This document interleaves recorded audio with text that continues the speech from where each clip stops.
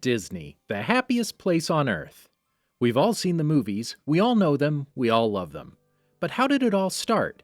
How did it get so big? How did the movies become so popular? To answer these questions, we're going to take a look at the life of the big man himself. I'm Jeremy, and these are 107 facts you should know about Walt Disney. Number 1. And we start at the beginning. December 5th, 1901, Walter Elias Disney was born as the fourth child in a family with 5 children. He shares this birthday with Werner Heisenberg, yes, namesake of Walter White's alter ego in Breaking Bad. Number 2. The name of Disney is an Americanization of the French name Désigny from the town of Isigny-sur-Mer in Normandy. Number 3. One important event early on in Walt's life was when he accidentally killed a small owl. He felt so guilty about this that he vowed never to harm another animal, and this led to his interest in personalizing them. Number 4, taking this to a logical next question, was he a vegetarian because of this belief? The answer is a firm no. One of his favorite dishes was beef chili. Number 5, in fact, he loved it so much that he would bring cans of the stuff with him wherever he went, and he would ask the chefs of the hotels he stayed in to heat it up for him. Number 6, in a school play he once played Peter Pan, a story he would later go on to adapt into a movie, though reportedly he was not happy with the way that one turned out. Number 7. His first real job was a simple paper route, which he had to do so early that he would frequently fall asleep in school. Number 8. Disney took an interest in art and drawing very early on. His first time working as a cartoonist was when he was still in high school, at the school newspaper, mainly about World War I, which the US had just joined. Number 9. Walt did enlist in the US military, was initially rejected for being too young, tried again with the Red Cross, and this time lied about his age. Now he was admitted and he did ship out to France, but only arrived when the armistice had already gone into effect. Number 10, but he did drive an ambulance while there, and true to form, decorated the side of it himself. Number 11, one of the other people in this unit whom Walt Disney served with was Ray Kroc, who is frequently credited as the brains behind McDonald's global expansion. Number 12. Back in the US, he took a job as an artist for advertisements and commercials at Pesman Rubin Art Studio, where he met Ub Iwerks, with whom Walt would work for years to come. Number 13. Pesman Rubin would lay off Disney and Iwerks only a year later, whereupon Walt would come to work for Kansas City Film Ad Company, and this is what would directly lead to the start of his career in animation. Number 14. Technical note here is that he was mainly working with cutout animation, whereas Walt preferred to work with cell animation. Unable to convince his boss of this, Walt left the company to found his own with a co-worker called Laugh-O-Gram Studios. Number 15. That being said, the cited reason for him being fired was a, quote, lack of imagination. Now that's what you'd call irony. Number 16. Now this failed Laugh-O-Gram went bankrupt in 1923. But Walt finished a 12.5-minute semi-live-action Alice in Wonderland film just a little too late, though. The studio went under, and that version of Alice in Wonderland was never released to theaters. Number 17. Importantly, though, Walt did keep possession of the finished film, and went to California to try his luck instead as a director of live-action film. Number 18. In Los Angeles, he met with Margaret J. Winkler, then the rights holder to Felix the Cat, among others. But she was losing those rights and needed something else. Disney, using the Alice in Wonderland film as a sort of resume, managed to sell her on the idea and got commissioned for 6 more of those Alice films. Number 19. It's important to note that had this not happened, Walt would have joined his brother Roy in selling vacuum cleaners door to door. Number 20. And now at last, Walt and his brother Roy formed the Disney Brothers Studio to produce those 6 films. Moral of the story? Walt Disney's path to success was anything but a straight line, instead being one of continuous trial and error, but he persisted and ultimately succeeded. Number 21. Now a couple of notable additions to the early studio. In 1924, Walt convinced Ub Iwerks to move from Kansas City to work for him in Los Angeles. And in 1925, he hired an ink artist named Lillian Bounds, whom Walt would marry a few months later. Number 22. 2 years later, Disney worked with producer Charles Lintz, and after the Alice films, Walt wanted to move to all animation and created his first original character, Oswald the Lucky Rabbit.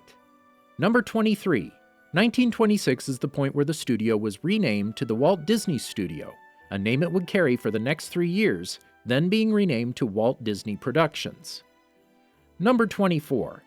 Now, the working relationship between Mintz and Disney was strained, to say the least. Though a technicality, Mintz was the owner of Oswald the Lucky Rabbit.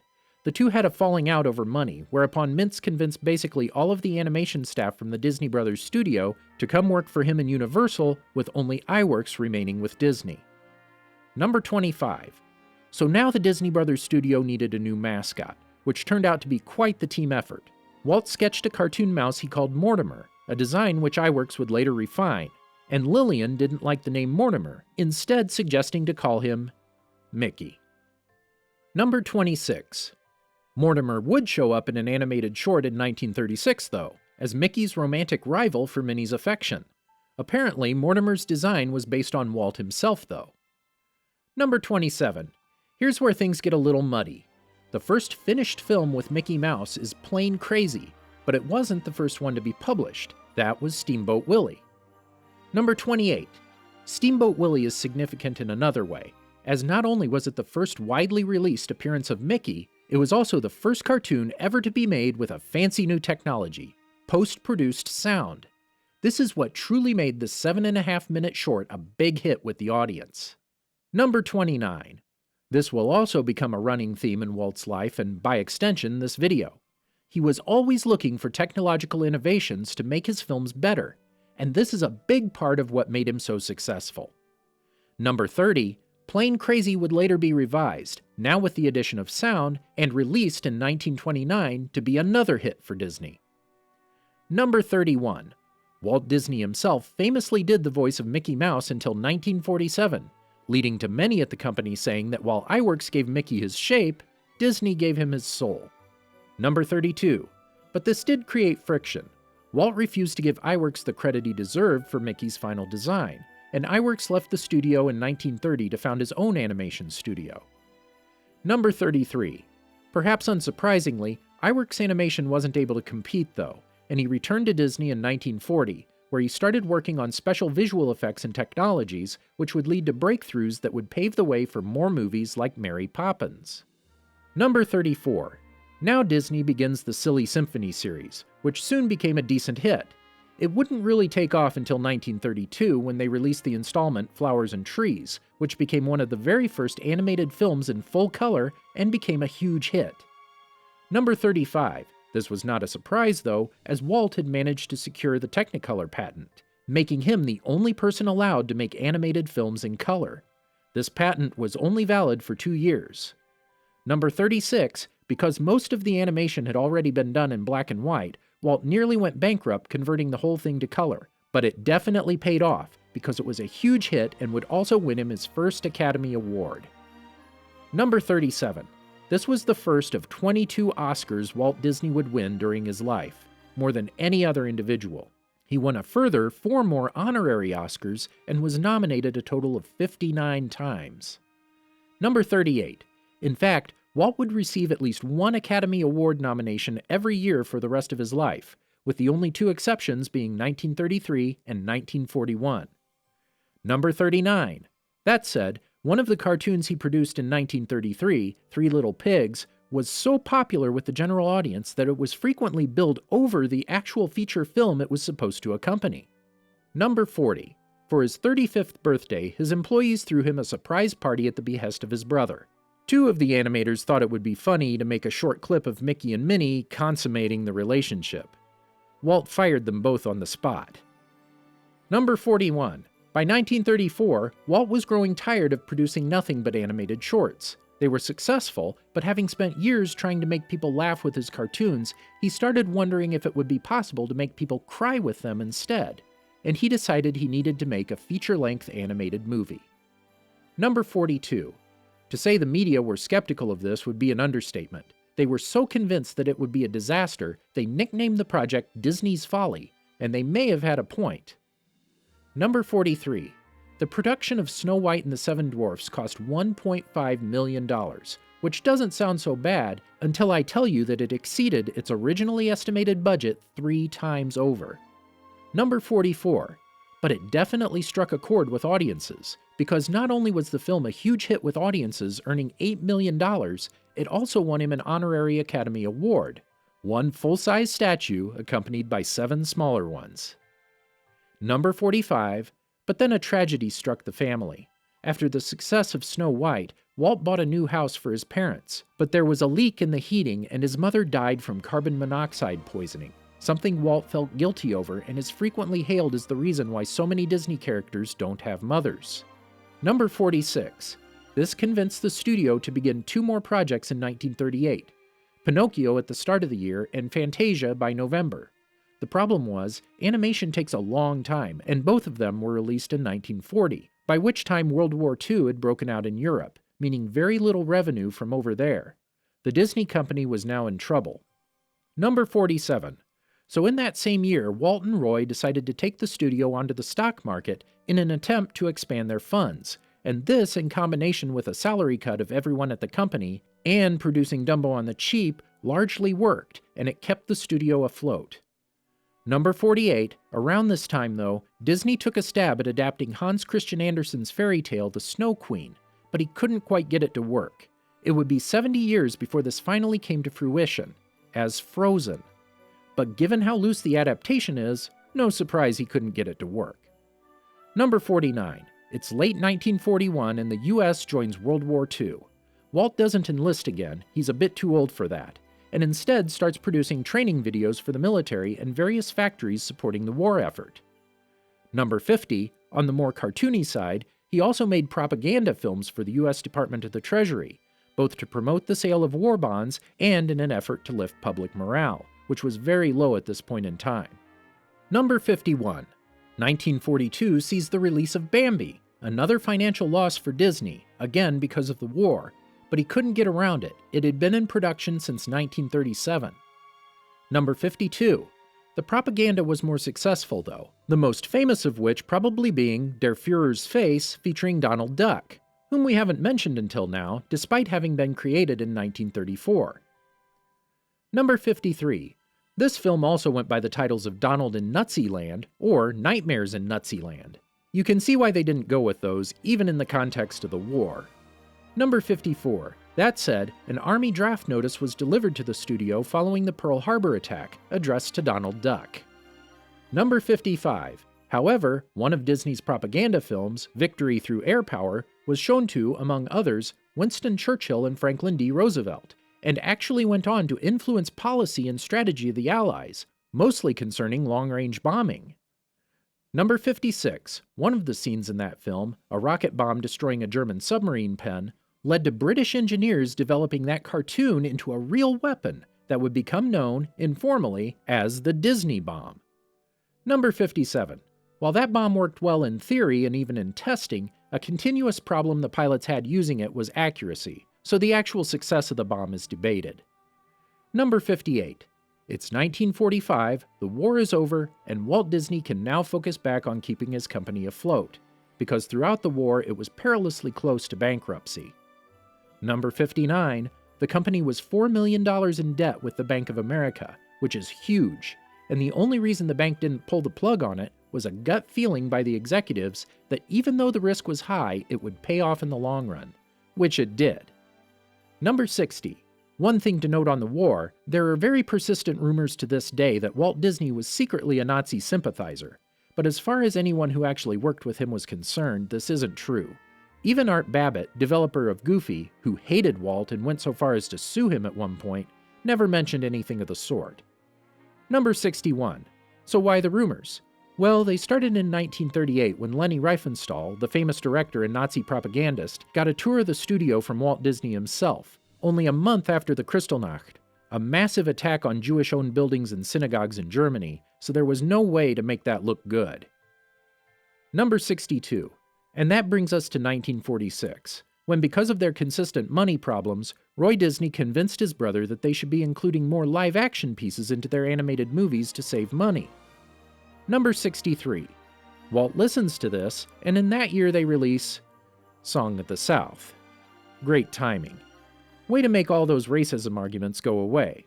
For the record, it's set on a plantation in the Deep South, and even at the time, was heavily criticized for its stereotypical portrayal of black people and other archaic depictions among others.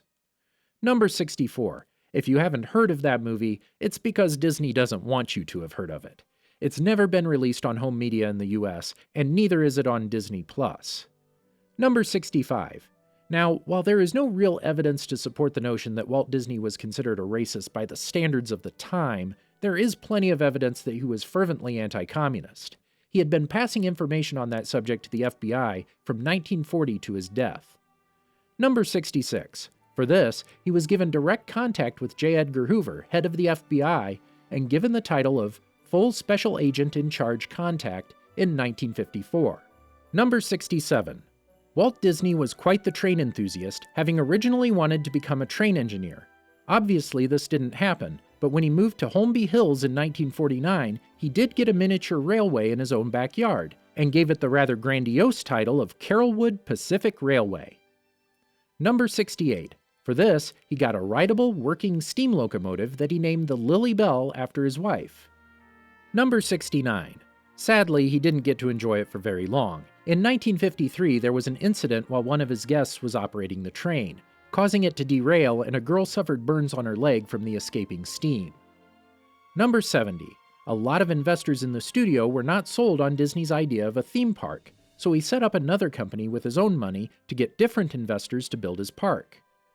Number 71. But he purchased a plot of land outside Anaheim and began the construction of what would become Disneyland. Originally, he wanted it next to the studio, even going as far as getting zoning permission, but there wasn't nearly enough space available in Burbank. Number 72, he chose Anaheim because demographics experts convinced him there would be a population boom there over the next 10 years or so. They turned out to be completely right. Number 73. Of course, the studio itself didn't stand still either, releasing Cinderella in 1950, the first fully animated Disney movie since Pinocchio, and finally, another success for the company. Number 74. But this is also where Walt Disney starts to distance himself somewhat from the animation department. He's still a key figure in deciding the hows and whats of the stories, but is more hands-off, leaving more decisions to his animators. Number 75. On July 17, 1955, Walt Disney's pet project opened its doors and it was a complete disaster.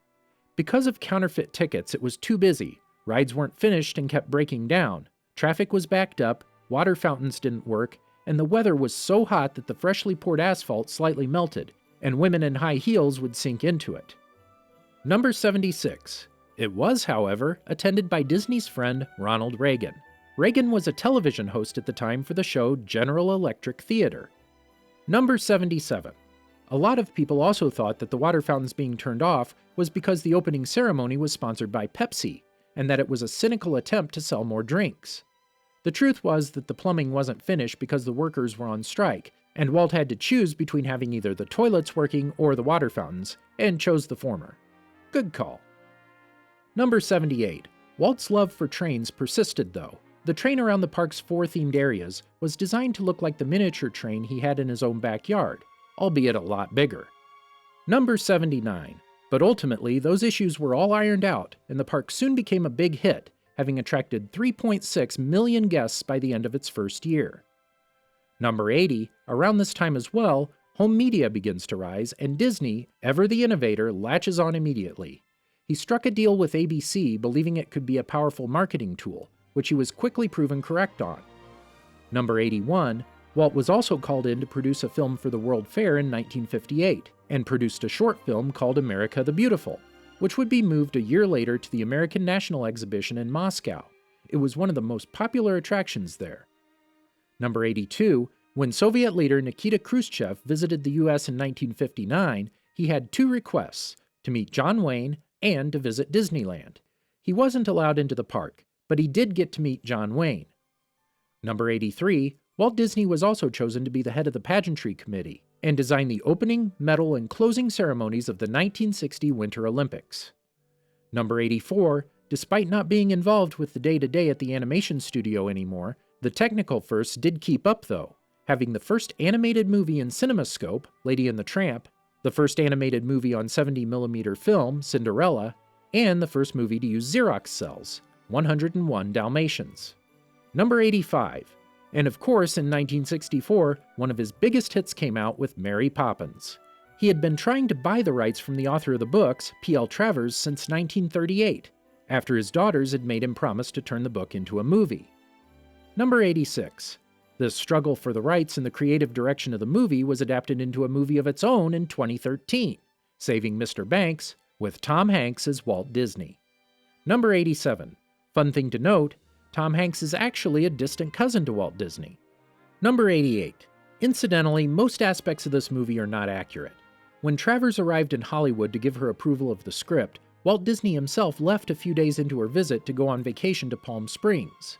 A lot of the dialogue in the movie was adapted from telegrams, letters, and phone calls between them.